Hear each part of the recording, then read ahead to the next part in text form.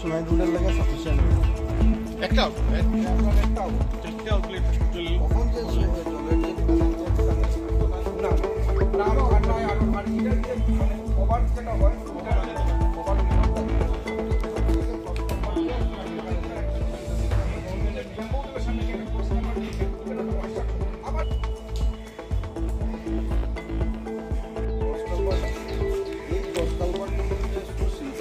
আমি কেনেকা সৰু যেতিয়া আমাৰ আনিব স্মল চাকাটো আনিলোঁ এইটো এইটো ডিভাইডাৰ ইয়াতে আমি কাটি দিব লাগিব ডিসমেন্টাল করে দিব লাগিব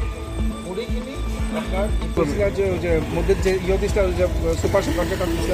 সেটা দেওয়ার পরে আমরা 5 মিটার পর্যন্ত আমরা ঢুকছিলাম তারপরে ঢুকতে পাইতে পারলাম মানে ঢুকতে পারলাম না নিটা তুমি আমার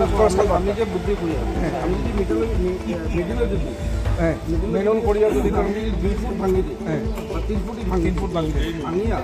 আমি এই সাইডের মাল বাই করা যাবে না আর এই সাইডের বাই করা যাবে আমরা পারছি না 5 মিটারের পরে আর পারছি না আমার কতদিন লাগবে আর করতে 2 দিন ম্যাক্সিমাম 2 দিন পরে আমি এটা কনস্ট্রাকশন করব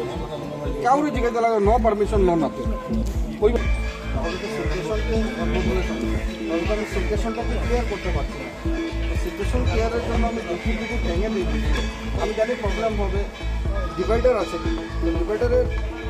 ইয়েতে যদি আমি স্ট্রেট লাইন যদি ভেঙে দিই তাহলে খুব একটা অসুবিধা হবে না ট্রাফিক কনজেশনটা কেন হয় বেসিক্যালি আনঅথরাইজড পার্কিং বা এখানে কোনো পার্কিং হবে না আনঅথরাইজড পার্কিং সো আমি যদি এটা ভেঙে দিই 2 ফুট তাহলে আমরা কি করব হোস পাইপ ঢুকিয়ে আমরা সিচুয়েশনটাকে ক্লিয়ার করে নিতে পারবো 2 দিনে আর 2 দিনে যদি এটা করে নিতে পারি আই হোপ যে এটা আমরা 7 দিনের মাথায় এটাকে কমপ্লিট করে দিতে পারবো ওখানে শুধু কনস্ট্রাকশন কমপ্লিট হয়ে গেল কনস্ট্রাকশন কমপ্লিট করতে গেলে হার্ডলি 4 দিন লাগবে আজকে আমরা সোনাই রোড অঞ্চলে এখানে আপনজন পল্লী আর সীমাসরণীর জাংশনে দাঁড়িয়ে আছি লঙ্গাই খাল পরিদর্শন করছি এই মুহূর্তে আমরা স্থানীয় যারা জনসাধারণ রয়েছেন তাদেরকে নিয়ে আমরা ভারতীয় জনতা পার্টির আমাদের মণ্ডল সভাপতি রয়েছেন দুলাল দাস শান্তনু রায় রয়েছেন প্রায় অনেকেই আমরা এখানে এসে ওটাকে পরিদর্শন করছি বস্তুতপক্ষে সোনাই রোডবাসী শ্রদ্ধা জনসাধারণ দীর্ঘ বছর থেকেই জমা জলের সমস্যায় ভুগছেন তো এই নিয়ে বারবার ওনারা আমার সাথে দেখা করেছেন আমিও বারবার এই জায়গায় এসেছি কী করে আমরা এই প্রবলেমকে সলভ করতে পারি তার জন্য বিভিন্ন সময় বিভিন্ন কথা আমরা বলে বিভিন্ন প্রপোজাল আমি ইতিমধ্যে পাঠিয়েছি সরকারকে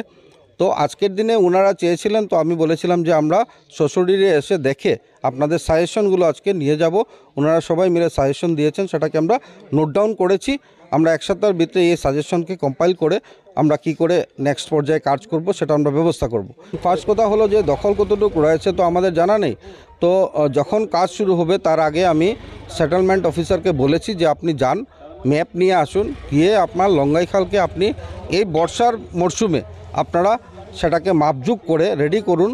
আর আপনারা এভিকশন প্রসেসের জন্য অন্ততপক্ষে ডেমার্কেশন কাজ শুরু করেন যাতে যখন শীতের সিজন আসবে তখন যাতে আমাদের কাজ শুরু করতে অসুবিধা না হয় তো যদি দেখা যায় যে দখল রয়েছে সেটাকে দখলমুক্ত করতে হবে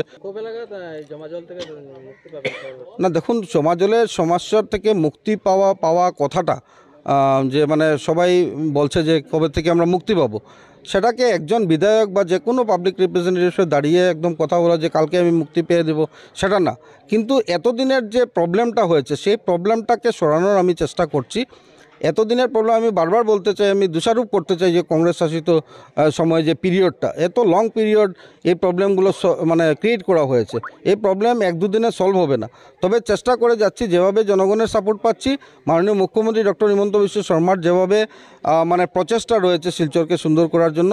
তাতে আমি আশা করে বলতে পারি যে অন্ততপক্ষে 26 মার্চ এপ্রিল পর্যন্ত আমরা আজকের দিনের যে জমা জলের সমস্যা আজকের দিনের যে ট্রাফিক কনজেশনের সমস্যা আজকের দিনের যে রাস্তাঘাটের যে ভঙ্গনের সমস্যা সেই সমস্যার থেকে অন্ততপক্ষে 70-80% আমরা মুক্তি পাবো সেটা আমি বিশ্বাসের সহিত আজকের দিনে বলতে পারি